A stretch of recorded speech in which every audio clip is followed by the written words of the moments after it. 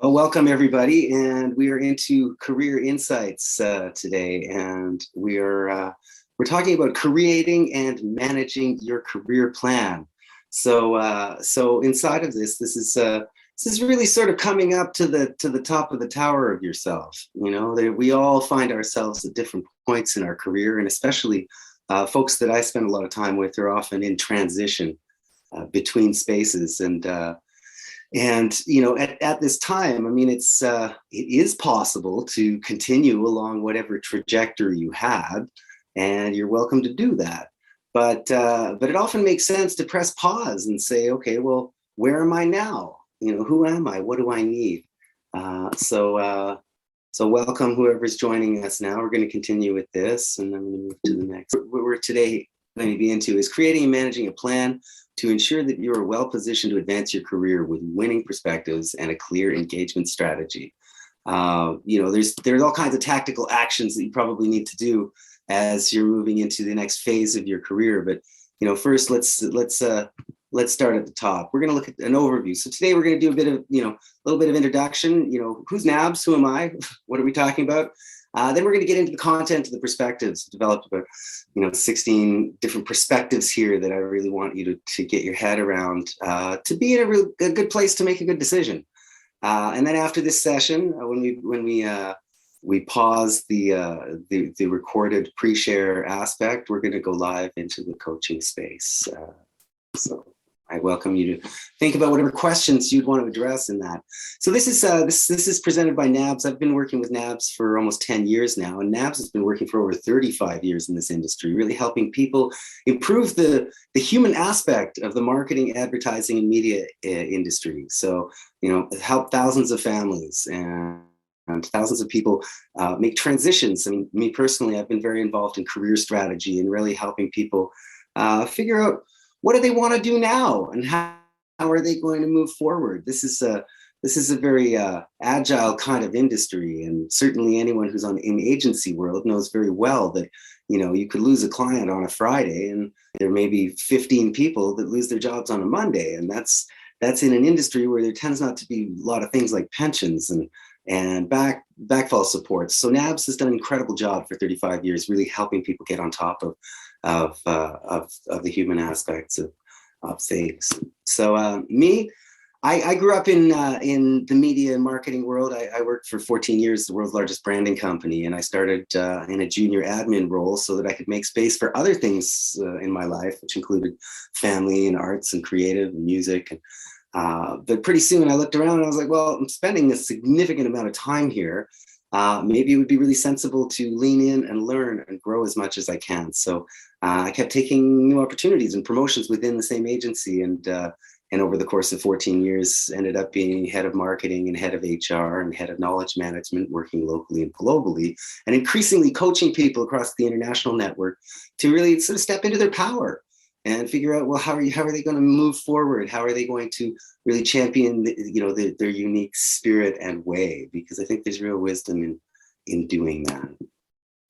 So number one, I'm going to invite you to pick your perspectives. There may be people on the call that love their career and are looking to do more of what they already know. There may be people on this call that are looking for radical life and career change. There may be people on this call that are knowing that some of what you've been up to has been really great and some of it hasn't been that great. It wouldn't be unsurprising if maybe the last people you worked with didn't treat you that great. Maybe you're looking to try and figure out, how do you want to think about your career and how do you want to think about work? Maybe you just don't feel like having a boss right now, but you have to look for work. Well, that's a little challenging, right? So job one, if we're going to look at overall career mapping, the first thing I'd like to invite you to do is to pick your perspectives. So I'm going to share a little exercise that'll help us breathe into existence the perspectives that we believe are going to help us move forward and grow. So one of those perspectives, well, I'm going to invite you to do this if you like. Put your hands down, face down on top of your knees, and take a breath. Take a big, deep breath and let it fill your body. Take a couple of these deep breaths. And now what we're going to do is we're going to say a few things in between each breath. So we're going to say, okay, Changing times, and I'm ready for change. I love doing good work. I love doing great work with great people. I love the positive relationships I get to experience in life and through work. I love creating value. I love building a good story and helping others build a good story at the same time.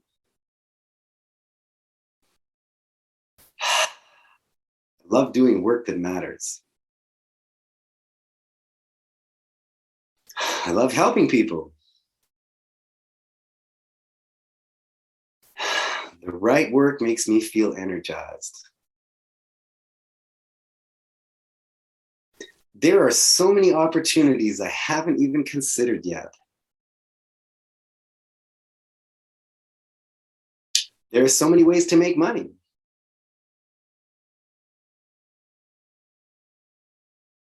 I bet with everything I know now, I can make a greater impact than ever before.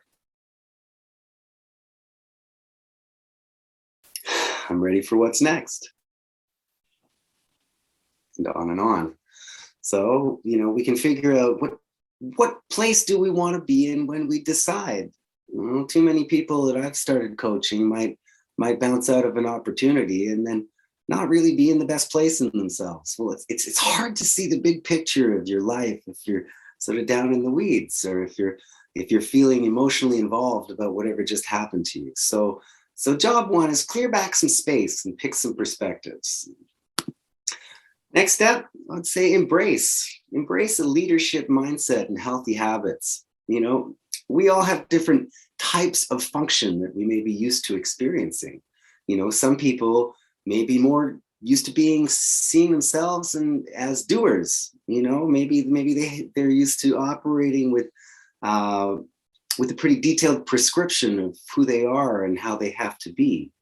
Well, that's that might become a little challenging, because you're now going to have to task yourself to unlock the next step of your career. And so whether you're a leader or a manager or a doer by nature or a detached advisor, I would encourage everybody on this call to really embrace the fact that you are the leader of your life.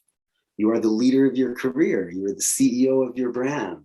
You have the opportunity to make a forecast and decide what you want and step into it and live accordingly. I say healthy habits here. I'm a bit of a health freak. I love eating well, and I love really taking good care of my body. I love taking care of my community and the people I work with as well. But there are all kinds of healthy habits. One healthy habit might be synchronizing your work hours with the work hours of the place you want to work at next. If you want to get on the frequency of wherever you're going next, then firstly, I think you need to determine, well, what's going to fit with that? What's going to be food for that? How do I need to be? What is going to bring me into alignment? And you can know your career story inside out, and you can have snappy answers to every interview question you could possibly imagine. But it's really something else when you know that you're in a good place in yourself. Maybe you've already started to get in a good place in yourself through the perspectives work and really deciding, how do you want to approach your search? When I left agency world, it was a partial surprise. I had decided I needed to do something radically different with my life, and I didn't quite know what it would look like. I did decide that I wanted to move from a phase that was more like absorption and into a phase that was more like action. But I didn't quite know what that meant in terms of, well, what should my title be, or what company should I be working with, or, any of this. But fate determined it when the market crashed, and I found myself laid off. I was like, okay, well, I had kids, single-digit ages at the time. I had I had a creative life that I wanted to nurture. I had a family I wanted to take care of, and I knew I didn't want to be doing exactly more of the same thing. Well, what could I do? Well, first thing I did is I decided that I'm going to enjoy the transition. It's the transition was happening anyways, and if it's going to happen anyways, well, I might as well enjoy the sport of looking for work, because, well, it's going to make life a lot more enjoyable, and probably going to make me a lot more hireable too. So there may be some things that you feel the need to emotionally resolve to be fully prepared to move into interviewing and prospecting and all of the different phases that come with transition. But yeah, embracing that leadership mindset, embrace a healthy habit. You're on the job search, you're deciding to get a job this year, or you're deciding to upshift your career, own it. Make sure your people around you know that. You know, if people don't know what you need, they certainly don't know how to help you. And in reality, your network will play a significant role in how you get help moving forward. You know, from embrace, then we move to enrich. Okay, enrich your self-awareness with assessments and coaching. It really helps to get a view of who are you now. You know, I know that there are objective assessments available where you can answer multi-point surveys and get rich feedback on who you are and what your motivations truly are. What would be food for you versus what would be poison for you in the next phase of your career? You know, are you able to get new insights about where you're at right now? Maybe what you need now is different than what you thought you needed 5 years ago. Well, that's okay. You know, it's worth updating that. You know, and working with a partner, someone who has some objective perspectives, someone who wants to help you, someone who understands the space that you're moving into and the things that you need to do to align with that. So, I've coached thousands of people through career transition over the course of the last 15 years. And I'm grateful for the opportunity to be able to do that. And if you or anyone you know needs a coach to work with, whether it's, just for a substantial engagement or even a pool of a few hours, I'd love to be on hand to help out with that. So overview, let's see, I'm going to pop next. Where did we go? Oh, we're going, sorry, here.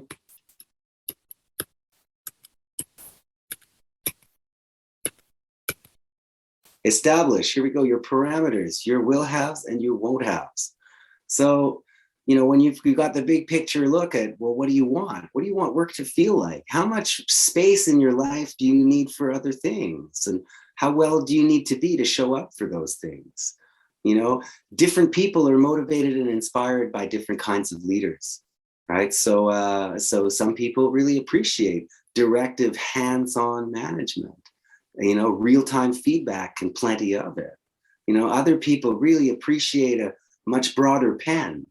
Maybe share the high level objective of what we're trying to do here, and I'll find creative solutions to address that. Or as Steve Jobs, would say, well, you don't hire brilliant talent and then tell them what to do. You hire brilliant people so they can tell you what to do. Right. So you might want to think about what are the will haves and won't haves about your environment. And sometimes these are really basic things. It's like how the boss speaks to me. How much time does it take me to get to where I need to get to? What's the level of congeniality and atmosphere in the office? What are the expectations? What are the feedback mechanisms? Is it a culture that's very performance driven? Well, maybe you're a very performance driven person and you want to have the abilities to achieve things. Well, you're going to want to find your other A game people to be really doing the best work. Or at other times, people might move into different phases of their life where, they need work not to be all consuming, in which case we might need to consider, well, what are the things that you're really looking for? Some people might say, well, I'm looking for work. I'm looking for a job. Well, that's not very articulate. Looking for the next phase in your career. Okay, getting slightly better. Next phase where I can do more of this. Oh, I'm starting to understand a little bit more. I'm looking to a partner with an organization that's trying to do this, and I'm looking to fill in the gaps with this, this, and this. Well, that's getting even more detail, starting to sort of own your power. But it really all starts by setting the guidelines and just saying, hey, this kind of behavior, I don't want. I really applaud the work that people are doing right now to be able to safeguard parts of their life and not let work be all consuming. Zach, actually, the agency made a really interesting initiative last year, which is no emails and communications between 7 p.m. and 7 a.m. Wow, well, that seems, strikingly reasonable in an industry where mental health is a serious issue, and there are a lot of people burning the midnight oil or burning the candle at both ends, as it were. Well, if it's not part of the expectations, and in fact, if you're forbidden to communicate with, about work-related matters in off hours, well, safeguarding a little bit of time for you to do that. So that's pretty powerful. So what are your will haves and won't haves? If there's one thing you do right after this, go back and think about what are the will haves and won't haves that will guide your way. Then we want to consider different career models. Some people may only be used to the full-time job. Well, there are different kinds of work. In fact, when I discovered that the opportunity that was truest to my will haves and won't haves was career coaching, and I got talking to organizations that would allow me to do that, it became pretty clear that to do the work I really wanted to do and that was really truly meeting my objectives, I wasn't actually looking for a job. I realized that I was looking for meaningful work, which might appear as a job, but in my case, it was like I needed to look at being a consultant and look at being entrepreneurial, taking on what many of us will be taking on later in our career, especially in this industry, is the concept of a portfolio career. In a portfolio career, you might be doing multiple different things for multiple different clients. Hopefully there's a common thread that ties it all together, so you have a strong brand presence and credibility. That's important. But the nature of your career could be very different. Some people are really focused on business development and establishing opportunities, creating agreements, maybe setting up the play. Some people, like the regular dedicated focus of knowing that a certain number of hours a day is absolutely committed to this, and it's going to be between these hours.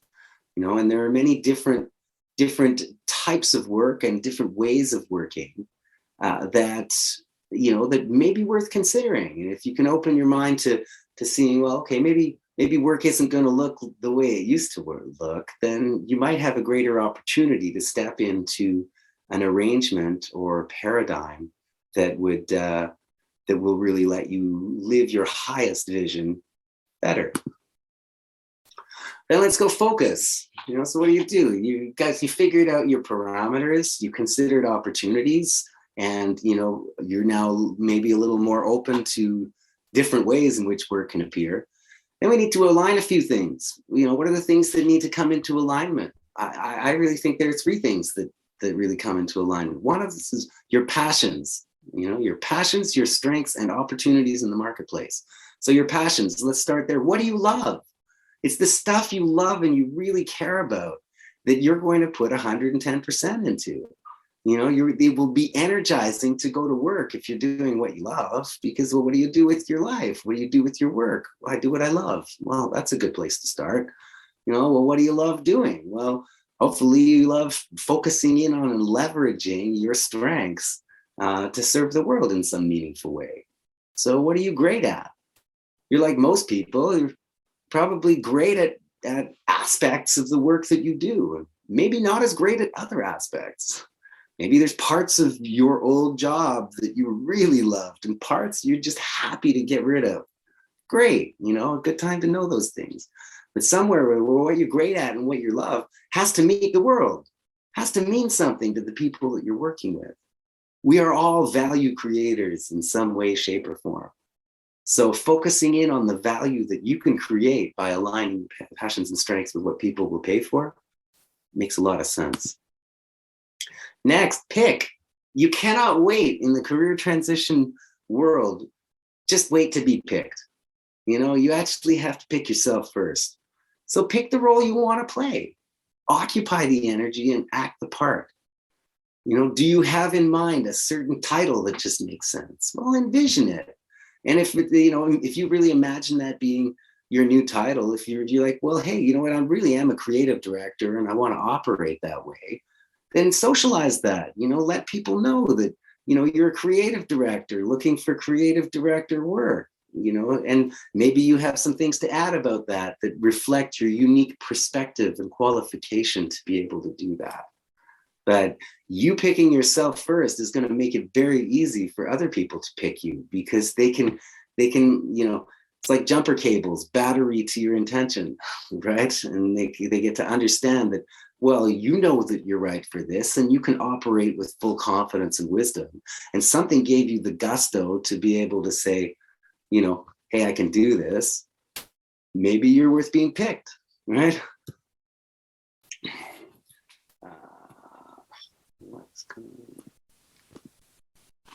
Define. So next up, define the language that best describes your value proposition and alignment. Well, once you've picked, you now have to have language that goes with it. You're a creative director. How would a creative director speak? What would a creative director resume look like? What kind of impression are you going to create in the, in your experiences? We're all creating experience in some way, shape, or form, and experience management is fundamental to career success. So, what's the language you can use? You can know pretty much most interviews you'll go to, they'll probably ask you right off the bat, well, tell me about yourself. Do you really want to start with, well, I got a gold star in grade 1. Some people do, but I'm really interested in the story that starts now. It starts in the very creative challenge that someone is engaging you for. Someone that's looking for a little bit of support, sort of building their world. Like I know that there are people on this call that may be helping people accumulate wealth and get more strong and financially prosperous. Well, there's a real value in empowering organizations or individuals to operate that way, and so we're going to need to think, well, if you have a promise that's aligned to that, well, then what are the accomplishments that you've got that can be easily communicated to be able to do that? Let's say you've created an amazing branding program for a Fortune 500 client. Well, do you have something in your portfolio piece that, would help speak to that? I love helping clients revolutionize their brand, just like I did with this client, and this client, right? Once you know what your ask is, what you're really looking for, then it's time to improve your messaging, your resume, your cover letter, your website, your socials. There are many ways that people can meet you and get first impressions that might be other than meeting with you right in person, right? So step one, we're going to need to really improve the way that you're communicating, because how you're thinking about your career now, if we're really going through this properly, it's going to feel a lot better than it did last week. And you sure have greater intelligence to understand the value you created looking back now than you did at the time, right? So updating your backstory is a great way to update your future, because you're really working on your trajectory by recognizing what's important about who you are and where you've been. I'm going to take a slight detour here to talk about your resume for a bit, because, with most people, a resume is wisely done as a two-part marketing document. There will be your promise and then your proof. The promise is, what are you proposing that you do? It's probably best articulated as a 3-sentence profile statement. It might also have like a headline right at the top of your resume. And the same is true if you're an independent or that's maybe needing more of a 1-page bio than a 2-page resume. It still helps to have the promise and proof model at play. So I am this, and here are some select accomplishments that help you understand that I am who I promised that I am, right? So usually the structure I like in a resume would be, a little headline, get us really focused, a little bit of a summary statement, an accomplished creative leader with extensive experience building and managing teams to position Fortune 500 companies to, operate more effectively and with greater market command, whatever it is that distills the story of who you are and what you're promising. And then we go to your professional experience, and you probably want to tell us a little bit about, okay, I worked at this organization. Here's a little bit about this organization, and in some cases, it might be an organization everybody's heard of, and we might not need it, a context for it. But in most cases, the context really helps. Even if you work with a mammoth organization that you think everybody knows, well, tell us what's important about that organization. How do we want to assume that all of the good qualities of this organization that we understand actually are part of you and your work ethic? Right? Because we can't hire that organization, but we can hire you. So tell us a little bit of something about the company that you work for, and then a role. And then you're going to want to tell us a little bit about that role. Can you distill it into, a very tight sort of overview, a summary statement? What was the role all about? And if we can do that, then at a high level, we understand fundamentally why you were there, right? What was the core bulk of what you were asked to do there? Then you're going to want to have accomplishment bullets. Don't waste your accomplishment bullets on job description fragments. It's like, okay, it's nice to say what you've been asked to do, but I'm really way more interested in what you actually did. And if you've got accomplishment bullets, sequence them most powerful to least powerful. We really want to, we're in an age where we're very easily distractible as a tribe, and someone might see something they really like about your resume, and if a message comes in and all of a sudden they're distracted, and if you haven't really got your reader, bought in as quickly as possible, it's a higher risk of having the winds of change blow it away. So be really compelling in your messaging. Get right to the heart of, who you are and what you're promising. And we're going to go to engage. Well, then, you're going to need to engage your world with a winning networking strategy. Okay, so you got all your documents lined up. Maybe your website's looking better than ever. Maybe your LinkedIn has an intelligent way to communicate, what you're doing right now. How can you invite conversations? We're going to want to think about what that networking strategy looks like, because, statistics are suggesting that 85% of roles are coming through networking. So it does tend to be that people who are feeling in between jobs, maybe they're not at the highest level of their confidence. Maybe they don't feel like going out and meeting people. Maybe they don't want to say like, I'm looking for a job right now. Maybe they have a story they attach to that doesn't make them feel like their best self. That's a bit of a challenge, isn't it? So, we really like to help you figure out that, well, if 85% of jobs come through networking, we're going to have to figure out a way to meet the world. What can you share that can attract the people that you need to be working with? How are you going to do that? And in some cases, people will develop a content strategy. Maybe you're a thought leader in your space. If you are, you're probably going to want to get those wise words out there. Engage your audience. For some people, hey, this is really effectively done every day. And some people once a week. But if you consider some of the people in your network you haven't heard from for a while, imagine if you noticed that they had a post on LinkedIn once a week, sharing some kind of wise practice about the world they're in. I bet after a few messages, you'd really start to get the picture that that person owns their space, that they know what they're talking about, especially if what they're sharing is good. So I would encourage us all to think about, well, what can we share with the world that will help people know that we're the people thinking about the things that we want to be hired to think about?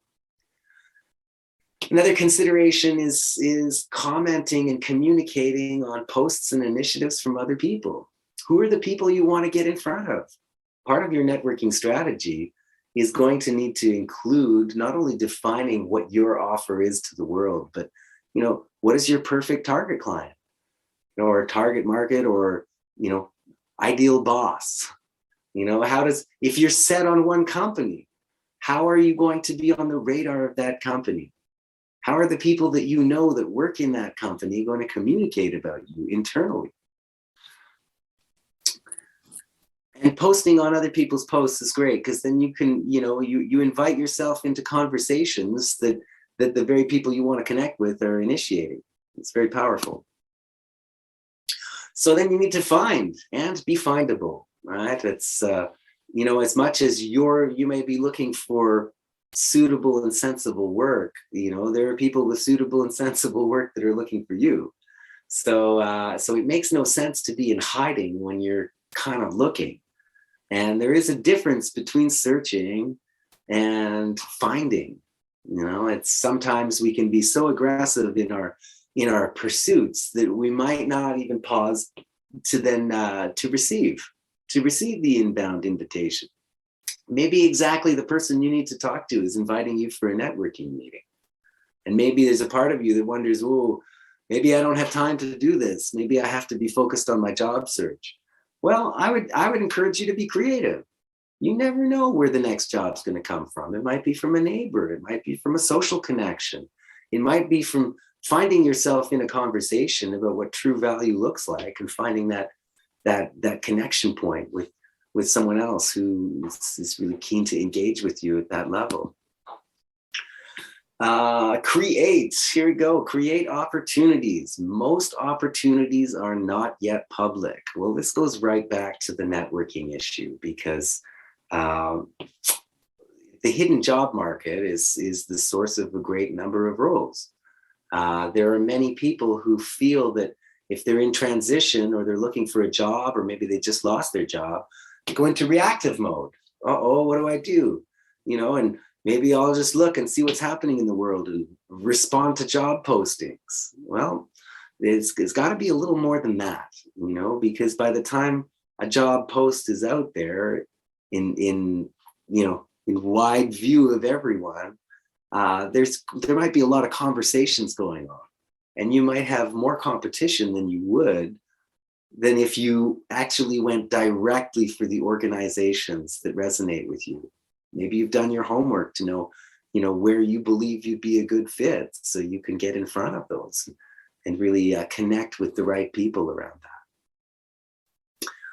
that. I like to think about it also in terms of opportunities coming to life, not yet being public, asking the right questions. What if you could play some role in developing and articulating the job description? Maybe the company knows that they need someone maybe like you, but they don't really fully know everything about you. Maybe they don't fully know everything about what they need. Maybe with some point of discussion, you can open up a little more, and you can discover, well, hey, there really is a business case to hire you in a role like this. And if there's a case to be championed, well, maybe you can arm that person you're connecting with all of the tools and resources to be able to pitch you in effectively, as that person that could come and really take a pain point off the shoulders of someone and put it onto yourself and say, hey, I can own that. I can take accountability for that. I can have full responsibility for that territory, and it's, as you take charge, charge is taken, it's not given. And leadership is taken, it's not given. So this is an important thing to consider when we're in transition. How can we really lead that and create that? Well, then we have to ace our interviews and follow up effectively. Well, there are many aspects that go into this, and a lot of interviewing these days are happening over Zoom. And having a good interview, they say, well, you don't get a second chance to make a first impression. So when we're going into the interview, you're going to need to have a very clear agenda. What's your strategy? What's your agenda? What are you hoping to achieve in this meeting? If in many cases there may be a pre-screening HR meeting, and they may be very kind of short and right to the point. What are you looking for? What are your qualifications, and what are your salary expectations? How are you going to answer those things to be able to be true to your agenda? I think you're going to need to know your agenda first. And if it's a pre-screening meeting, your agenda should really be about getting some face time with the decision maker. How can you How can you meet their initial pre-screening considerations to be able to get the meeting you really want and create a great experience for that person that's meeting you so that they're happy to recommend you because the experience that they had when they met you made them want to work with you, made them say that, yeah, this person's one of us. So we need to follow up too. So, a good interview, you're going to want to cap your interview really well. I want to spend a few more minutes just on the interview portion of this because I think it's very important. You're going to want to start your interviews well. You're going to want to close them well. So how do you start a good interview? Well, firstly, you get in a good place in yourself. How do you do that? Well, firstly, you're gonna want to take these breaths and get back to the top of yourself. So you're coming from a good place in yourself. You're going to want to spend some time evaluating the opportunity in the organization that you're proposing that you partner with. You're going to need to understand, what are their needs? Is there a job description already that in play? Well, you're going to want to understand the needs of that job description. You're also going to want to understand your story. What are the most relevant and important parts of your story that your interviewers need to know so that they have all the confidence they need to say you're exactly the person that they want to work with? Often you may have the opportunity to say, tell me about yourself. There are many ways to come at that, but it would be really great to come at it in a way that is really truly aligned to the objective of the conversation, right? So let's say you're an account management professional, an account manager, and you're looking for your next, account director role. Tell me about yourself. Well, I love people and I love, advertising and communications industry. And I love helping people communicate better and cooperate and do great work. And, I've found that I've been able to realize these natural attributes as an account director, and so I've spent X number of years building up expertise in running smooth programs on time, on budget, and on scope that surprise and delight clients and make them come back for more. Sounds like you're looking for someone like me. Can you tell me a little bit more about what you're looking for? It's like you've set it up. You've given them the things that they need to know about you so they know you'll be competent. They know you can hit the ground running. And once we know that, then it starts to get very exciting. Then it's a little bit more of a fit. Well, you can do the job, but are they going to want to work with you? And are you going to want to work with them? It's a pretty hot market right now. So being really on top of, what you're bringing and, having that very excited but not over the top, kind of like down to earth, like real, like this is the most natural fit in the world. A natural fit is a compelling argument. And I know in time, over the years, it has been used or misused, as a bullshit term for why dismiss a candidate prematurely, without fair and rational explanation. But on the other hand, it's like, hey, if you find someone who has the skill set and is able to make a powerful contribution, especially if you can determine that in an unbiased way, wow.